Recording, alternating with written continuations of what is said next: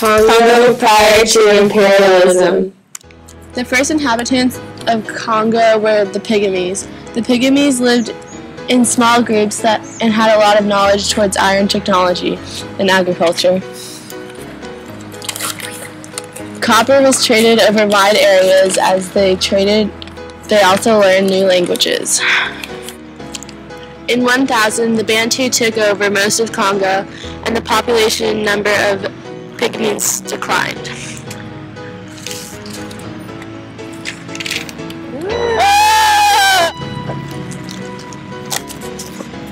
The land started to separate into states. The new states of Congo were ruled by a monarch whose authority was checked by a council of high civil servants.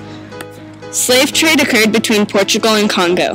Many were enslaved and sent off to the Americans and other lands.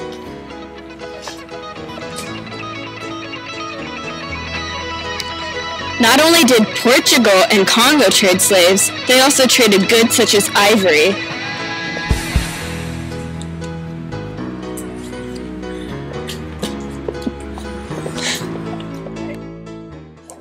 Motives for imperialism in Congo. The Congo, known as the Democratic Republic of the Congo, is a large country in the center of Africa.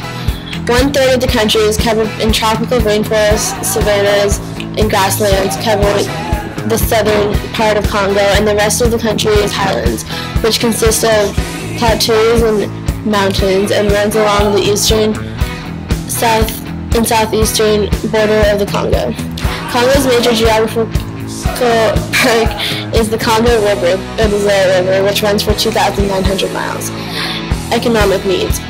There was a need for raw materials that were not domestically available, and those raw materials were abundant in Africa.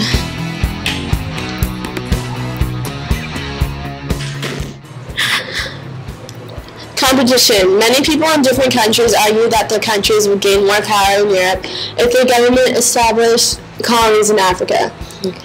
Christianity and morals. Many Europeans saw it as their duty to save the souls of those less fortunate, to uplift the populations, and to bring civilization to what they saw as a heathen continent. One of the major goals of the European travelers was to make contacts with Africans of the interior in order to develop trade for European merchants. European companies established trading posts near the coasts of the African continent. These trading partnerships would soon make it easier for the European powers to take over African territory. Imperialism in action. Ideas were forced on the Congolese, and much repression and assimilation molded them daily. Congolese didn't have nearly as much freedoms or rights as the white people. Africans were treated brutally every day, and they had very poor working conditions.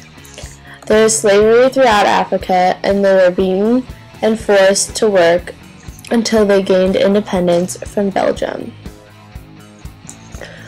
Very few reliable, well-trained people wanted to move from Europe to the Congo, where the conditions were difficult, which was a cause for not many administrators. Many of the soldiers were slaves and were fed very poorly and not paid well, and often abused by their officers. Rubber became very important as the Europeans began to find more ways to use it. Although Congo did eventually achieve independence on some level, the people of Congo struggled for many years to achieve it. For years they were forced to live under the rule of King Leopold. Many were treated cruelly, being forced into labor, and had little to no rights. In 1960, Joseph Kasavubu became president, and Patrice Lumumba became prime minister of the Belgium Congo. Belgium ended up losing control of Congo after granting positions in government to the people of Congo. Eventually, Congo became separated into 4 independent sections.